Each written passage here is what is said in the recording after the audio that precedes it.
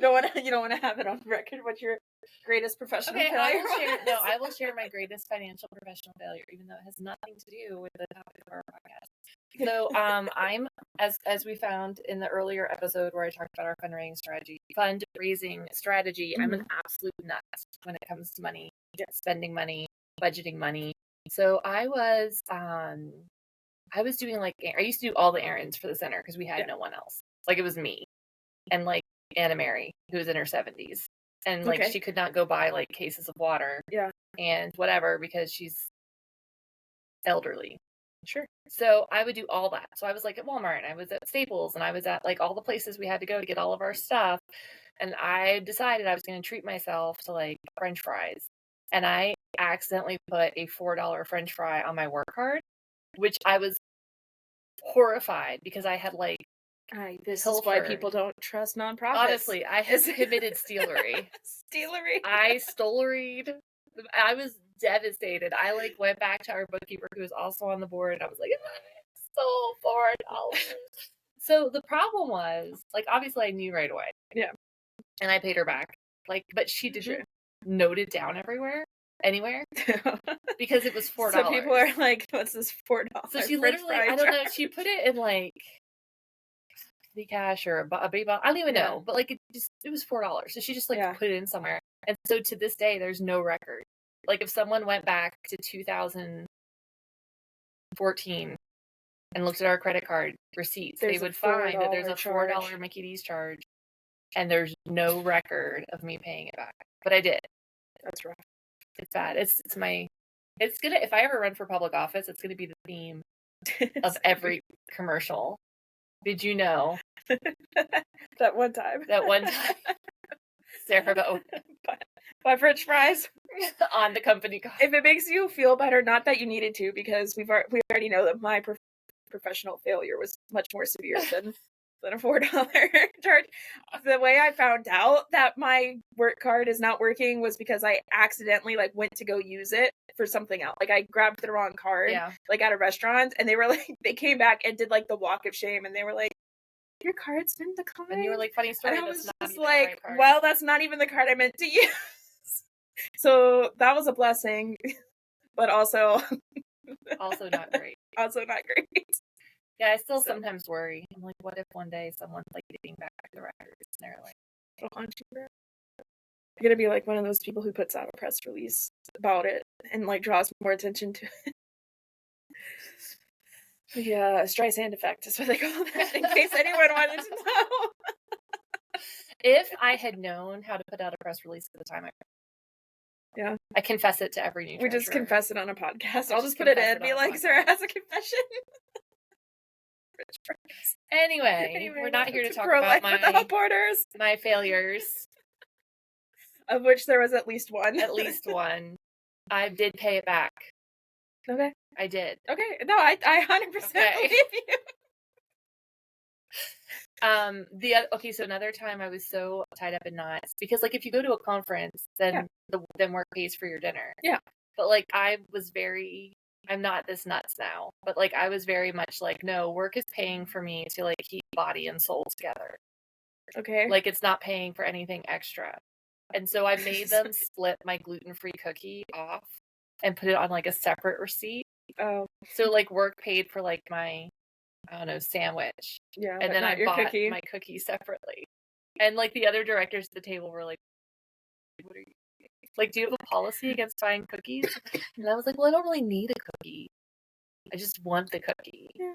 I think that's an okay. I mean, not that we have that policy, but like I think that's an okay mindset. We don't like have you shouldn't be just like frivolous with your.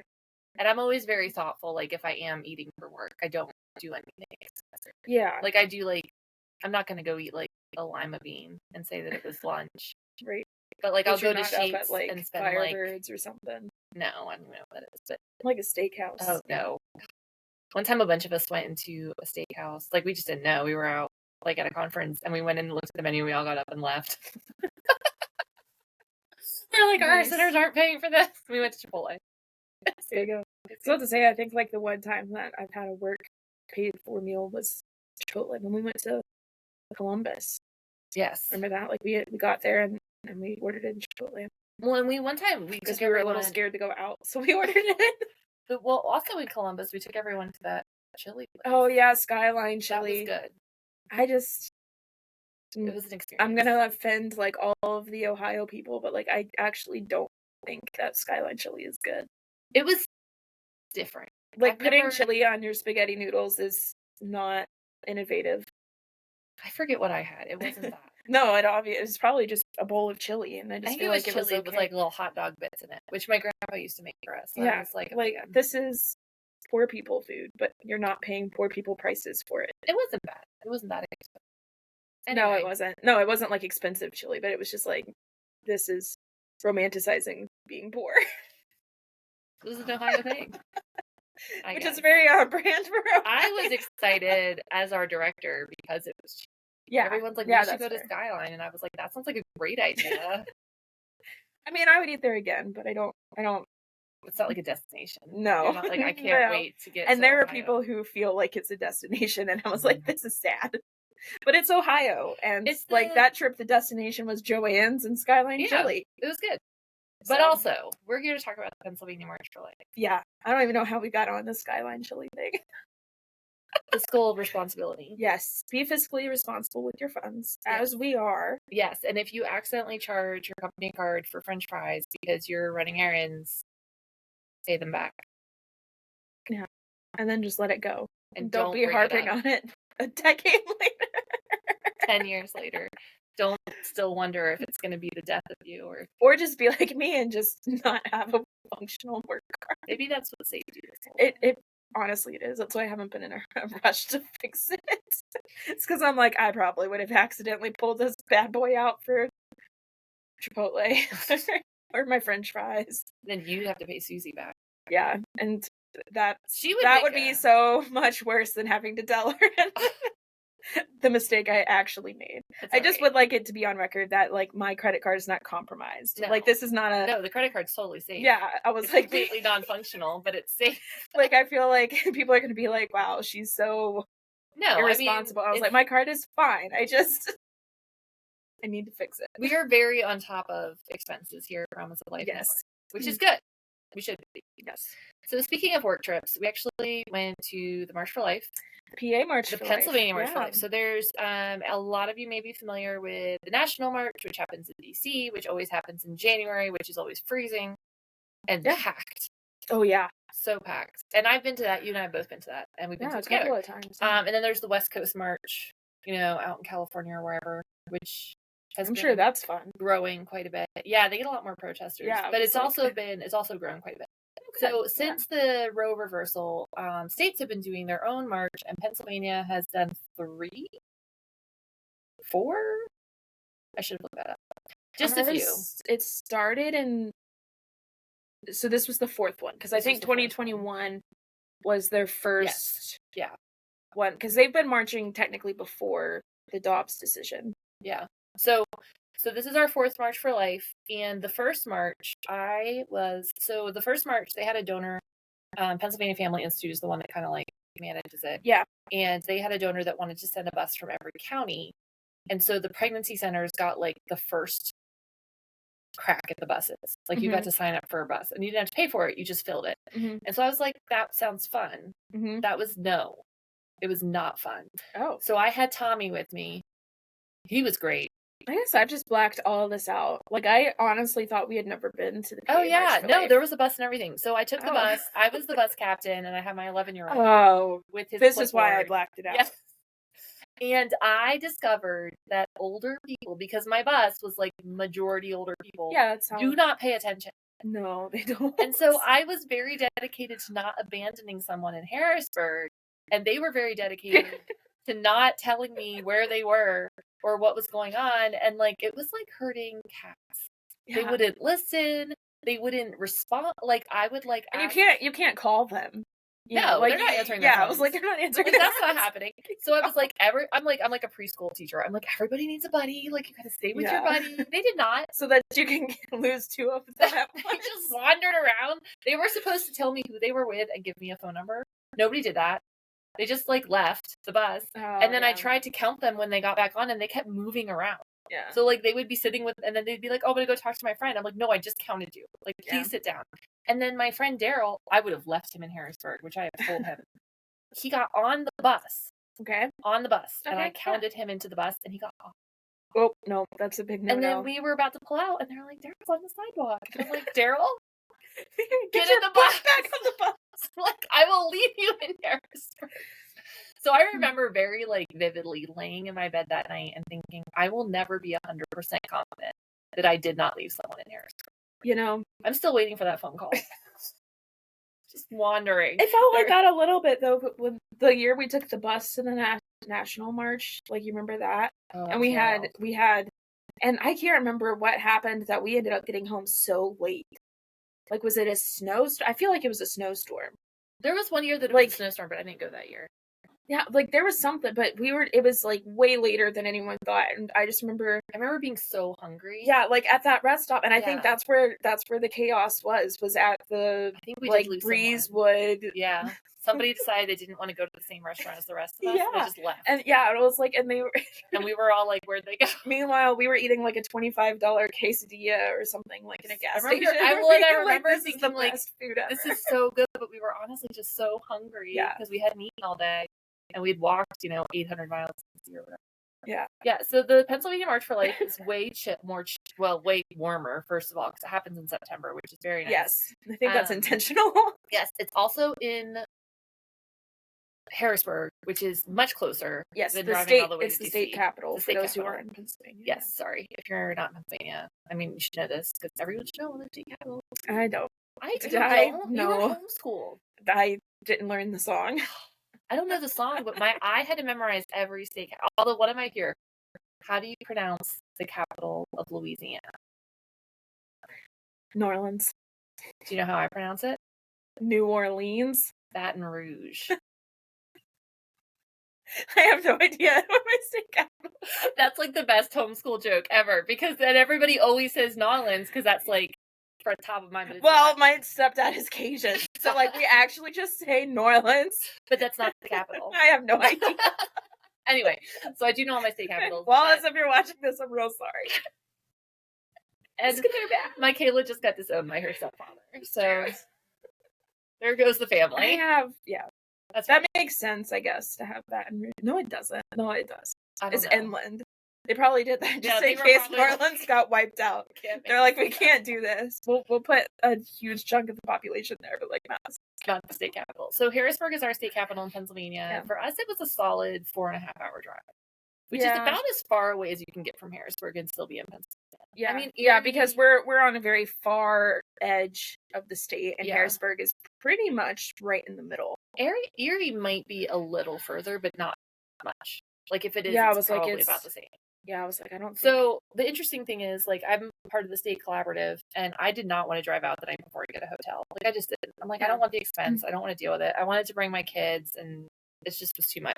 And so, they wanted me to do, like, an interview, and Brooke did it. She did a fantastic job.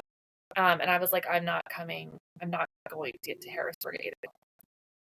Right. Like, and I'm not leaving at 3:30 in the morning to do it. I love life.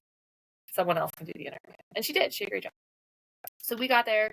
You were already there. Yeah, because I was already out. I was in York. With no poncho. Listen. I told you to go to Walmart. There was no Walmarts. There was nothing to be done. Like, I was already in Harrisburg, and I was like, this is not... Listen. You were so wet. It was so I would wet. just like it on the record that I'm usually not this irresponsible and ill-prepared. But I had to pack several days before because I was out of town. So I was packing on like Wednesday night, Thursday for an event happening on Monday. And the weather said that Harrisburg was going to be 80 degrees and sunny. And I was like, this tracks. It's September. And it was not 80 degrees and sunny. It was 60 degrees and raining. Like pouring. Yeah. Not even like the misty, like it was just pouring rain. Yes. So me and my t-shirt are out at the March for Life. Well, the irony is I'm making fun of you, obviously, but also the only reason I had anything is because my 12-year-old was like, wow, we should pack rain gear. And I was like, Sure. That's a great idea because it's currently raining, and me and my brain is like, oh, it won't be raining in Harrisburg, but it totally was. So we had rain gear. I got hit in the face. I got hit in the face with so many umbrellas. Oh yeah, I have never been more grateful to be an eyeglass wearer. Yes.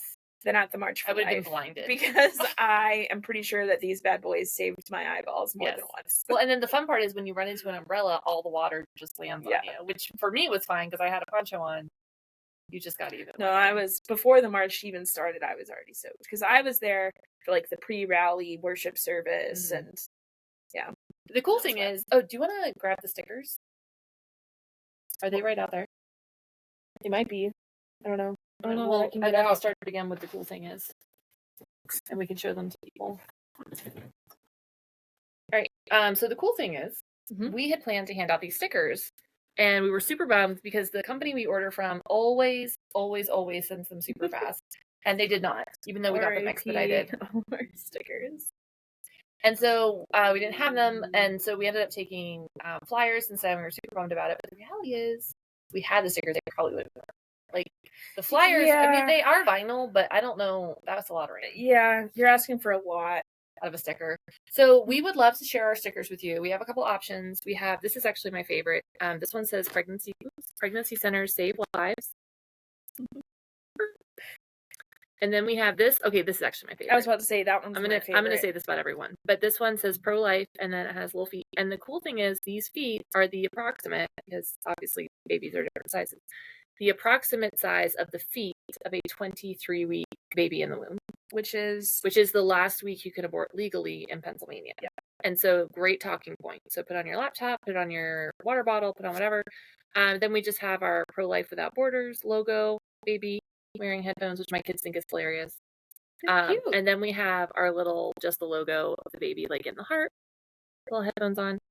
And then we have our Promise of Life Network, Saving Lives Since 1987 sticker. So if you would like a sticker or stickers, you can email us, podcast@promiseoflifenetwork.org, or you can message or comment, and then we will just mail some to you because they're really easy to mail.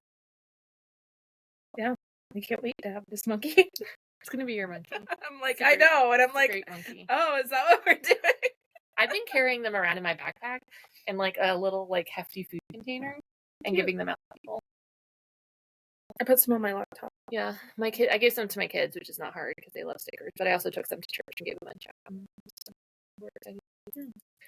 So the march was good. It was very wet. It was very cold. We had an opportunity for pregnancy centers to get up on stage, which was really neat. And we were one of our center directors spoke. She shared her personal testimony, and then she also shared just the work that she does at her center and that all centers do across Pennsylvania, which is great. And I did have a moment because I was absolutely putting my kids on stage, and I was like, Pennsylvania doesn't have like the greatest track record this year of people being on stage. And I'm trying to be like very like chill, but also like letting my kids know, like, So I'm like, hey, if you hear anything scary, just like lay on the ground. The floor. And they're like what? Like gunshots. And then one of the directors is from Allentown. His name's John Murmur. You met him. Yeah. He's very scary. If he's like if I was like, run to Mr. John. Yeah. I'm like, if anything scary happens, like he is honestly better at protecting us than I am. So we're just gonna. Is he prepared? Mr. John, 100%. Yeah. I couldn't be prepared. Yeah. Because I was coming from out of state that didn't have preparation laws, reciprocal licenses, so I could not. I could not be prepared. So you should also have run. I was totally unprepared. But anyway, if you were in danger at a pregnancy center thing, beeline for John. He'll be fine. Yeah. But it was good. It was great, and we didn't have a problem on stage. No, everybody was safe. Everything was great. Yeah, and the crowd was huge. It was probably so the estimates are between 5,000 and 6,000, which is a ton of people for a state march. For little Harrisburg. Harrisburg is not like this big, massive, bustling city. No, like it's small. Yeah, for state capitals. And when we pulled in, so we got there right as the rally was starting. Yeah. And I asked one of the like Capitol Police, I was like, hey, where can we park? And he was like, yeah, because it was, I mean, there were just people everywhere. And it seemed that they did not expect that many, which they should. Yeah, because last year 4 years. Last year there were about the same amount of people as there were this year. So it's not like it was an unprecedented amount of people. It was like an average. So wait, are you saying the times were not unprecedented?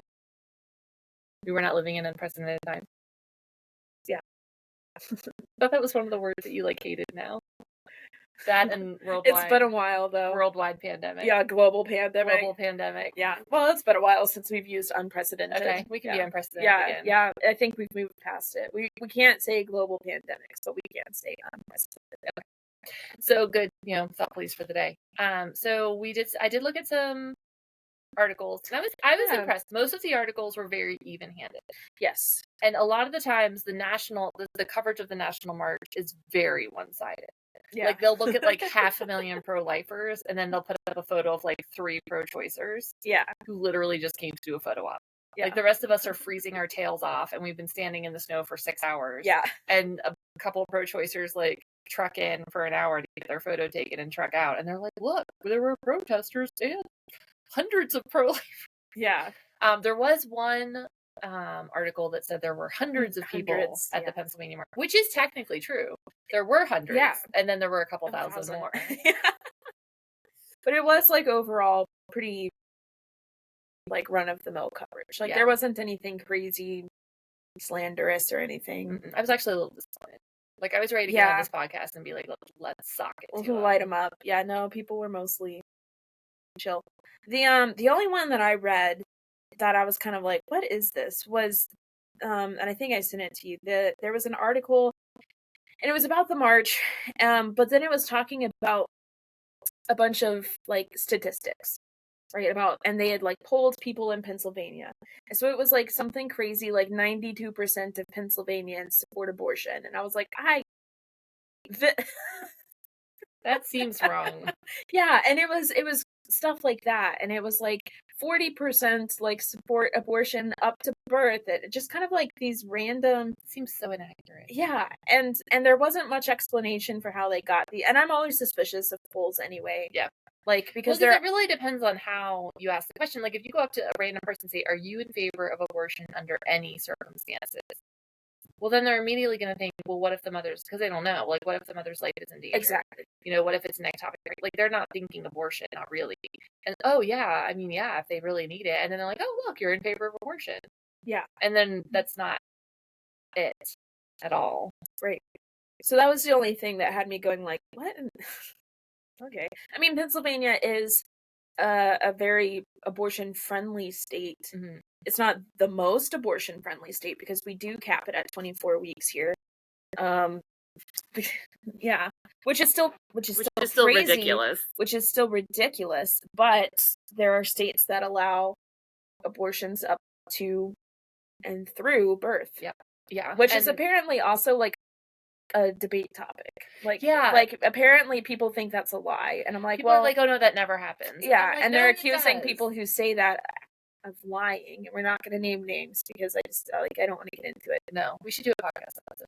Yeah, because I actually just debated with someone online, which is of course the best thing to do. It's the most perfect medium. I was really bored. I was actually holding Jeremiah, and I didn't have anything but my phone with me, and so arguing with someone on Facebook was honestly entertaining me for a little bit. That's fair. Yeah. And I went and found like a fact check kind of, and I was like, this is that's documented that babies have been born alive. Yeah. Which honestly, no procedure is 100% successful ever. So like, why would you assume that abortion is 100% successful? Yeah. And they were like, well, no state allows for that. And you're like, 4. Right. 4 states actually. And a bunch of them just don't talk about it. Yeah. It's like, but it's, and if people were to guess which 4 states would allow it, they would be they'd probably be right. Yeah, I was like, it's like everyone knows. Everyone knows.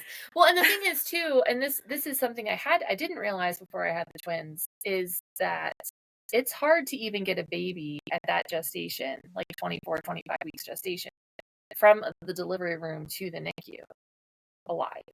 Yeah. Because they need so much support. So if you're in an abortion clinic, they're not prepared. They don't have a NICU.